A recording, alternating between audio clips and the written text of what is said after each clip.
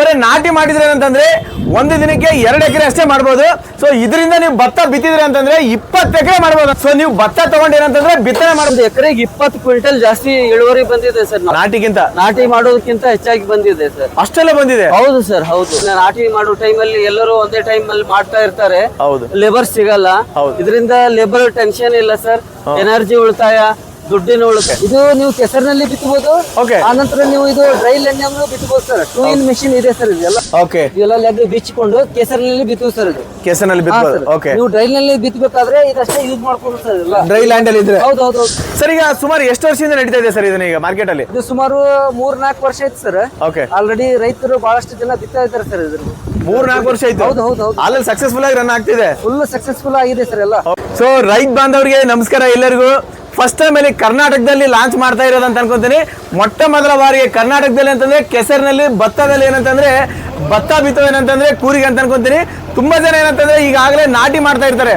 ಎಲ್ಲ ಕಡೆ ಏನಂತಂದ್ರೆ ಭತ್ತ ಅಂತಂದ್ರೆ ನೆಲ್ಲು ಅಂತಂದ್ರೆ ಅಥವಾ ಕೌಳಿ ಅಂದ್ರೆ ನಾಟಿನೇ ಮಾಡ್ತಾರೆ. ಎಲ್ಲರೂ ಮಹಿಳೆಯರಾಗಿರ್ಬೋದು, ಪುರುಷರಾಗಿರ್ಬೋದು. ಸೊ ನೀವು ಭತ್ತ ತಗೊಂಡೇನಂತಂದ್ರೆ ಬಿತ್ತನೆ ಮಾಡ್ಬೋದು. ಅಂದ್ರೆ ನೀವು ಬರೀ ನಾಟಿ ಮಾಡಿದ್ರೆ ಏನಂತಂದ್ರೆ ಒಂದು ದಿನಕ್ಕೆ 2 ಎಕರೆ ಅಷ್ಟೇ ಮಾಡ್ಬೋದು.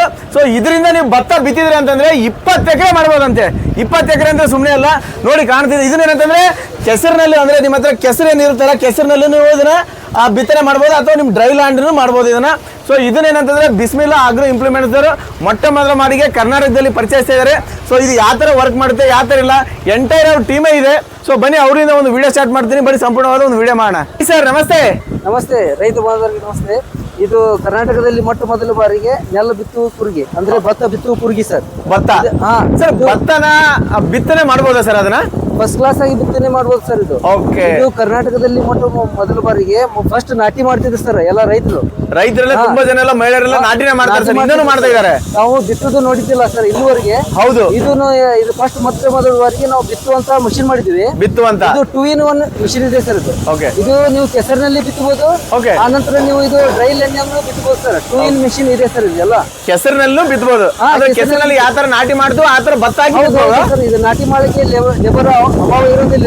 ಹೌದು. ಇದು ನಾವು ಅದನ್ನ ಎಲ್ಲ ರೈತರ ಸಲುವಾಗಿ ವಿಚಾರ ಮಾಡ್ಕೊಂಡು ಇದು ಎಲ್ಲ ನಾವು ಇದು ಹೊಸದಾಗಿ ಇನ್ವೆನ್ಷನ್ ಮಾಡಿದ್ವಿ ಸರ್. ಇದೆಲ್ಲ ಅಂದ್ರೆ ಕೆಸರಿನಲ್ಲೂ ಬಿತ್ತಬಹುದು. ಹೌದೌದು ಸರ್, ಕೆಸರಿನಲ್ಲಿ ಬಿತ್ತಬಹುದು ಸರ್. ಎಲ್ಲ ಫಸ್ಟ್ ಕ್ಲಾಸ್ ಆಗಿ. ಯಾವ ತರ ಸರ್, ಯಾವ ತರ ಕೆಲಸ ಮಾಡುತ್ತೆ ಇದನ್ನ ಕೆಸರಿನಲ್ಲಿ? ಇದು ಫಸ್ಟ್ ಇದು ವೀಲ್ ಡ್ರೈವ್ ಇದೆ ಸರ್ ಇಲ್ಲಿಂದ.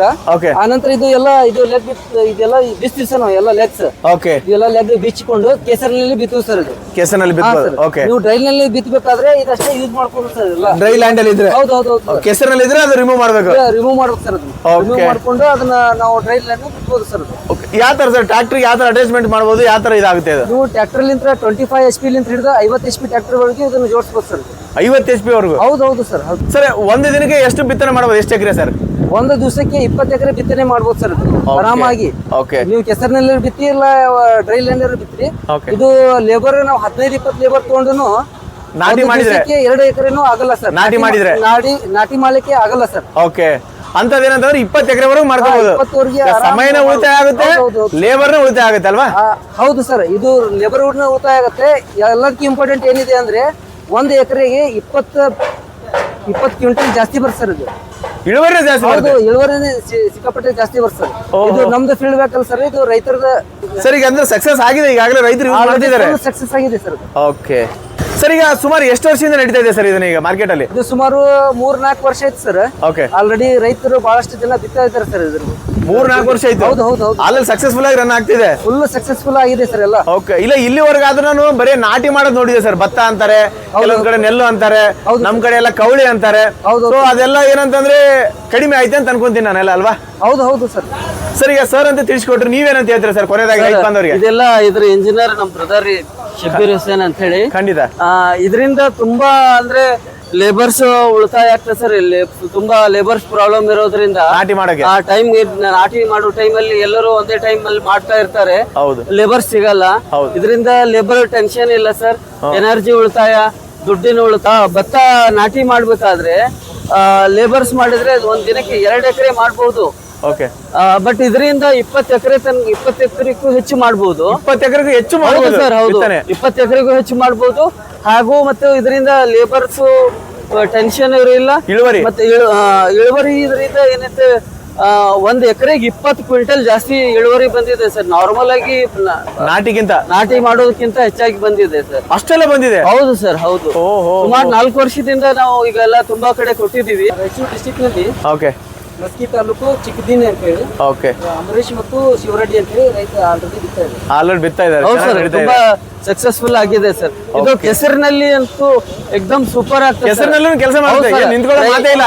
ಡ್ರೈ ಲ್ಯಾಂಡ್ ಅಲ್ಲಿಯೂ ಮಾಡಬಹುದು, ಮತ್ತೆ ಕೆಸರಿನಲ್ಲಿ ಅಂತೂ ಎಕ್ದಮ್ ಟಾಪ್ ಆಗ್ತದೆ ಸರ್. ಟಾಪ್ ಆಗುತ್ತೆ. ಕರ್ನಾಟಕದಲ್ಲೇ ಫಸ್ಟ್ ನಾವು ಮಾಡಿರೋದು ಸರ್. ಕರ್ನಾಟಕದಲ್ಲಿ ಹೌದು ಸರ್, ರೈತರ ಇನ್ನೂವರೆಗೂ ಯಾರು ಅನುಕೂಲಕ್ಕಾಗಿ. ಮಾಡಿಲ್ಲ ಸರ್, ಇನ್ನೂವರೆಗೂ ಮಾಡಿಲ್ಲ ಅಲ್ವಾ? ಬಟ್ ತುಂಬಾ ಸಕ್ಸಸ್ಫುಲ್ ಆಗಿ ನಡೀತದೆ ಸರ್. ವೀಕ್ಷಕರು ನೋಡಿ ಕಾಣ್ತಿದೆ, ಫಸ್ಟ್ ಟೈಮ್ ಕರ್ನಾಟಕದಲ್ಲಿ ಮೊಟ್ಟ ಮೊದಲ ಬಾರಿಗೆ. ನಾನೇ ಕೇಳಿಲ್ಲ ಭತ್ತ ಏನಂತಂದ್ರೆ ಬರೀ ನಾಟಿ ಮಾಡೋದಷ್ಟೇ ಕೇಳಿದೆ. ಬಿತ್ತನೆ ಮಾಡಿನೂ ಇಳುವರಿನ ಜಾಸ್ತಿ ಮಾಡ್ಕೋಬಹುದು ಅಂತ ಹೇಳ್ತಾ ಇದ್ದಾರೆ. ಸರ್ ಈಗ ಚೆನ್ನಾಗಿ ಅನ್ಸಿತ್ತು ತುಂಬಾ. ಖಂಡಿತವಾಗಿ sir. Okay okay sir, thank you.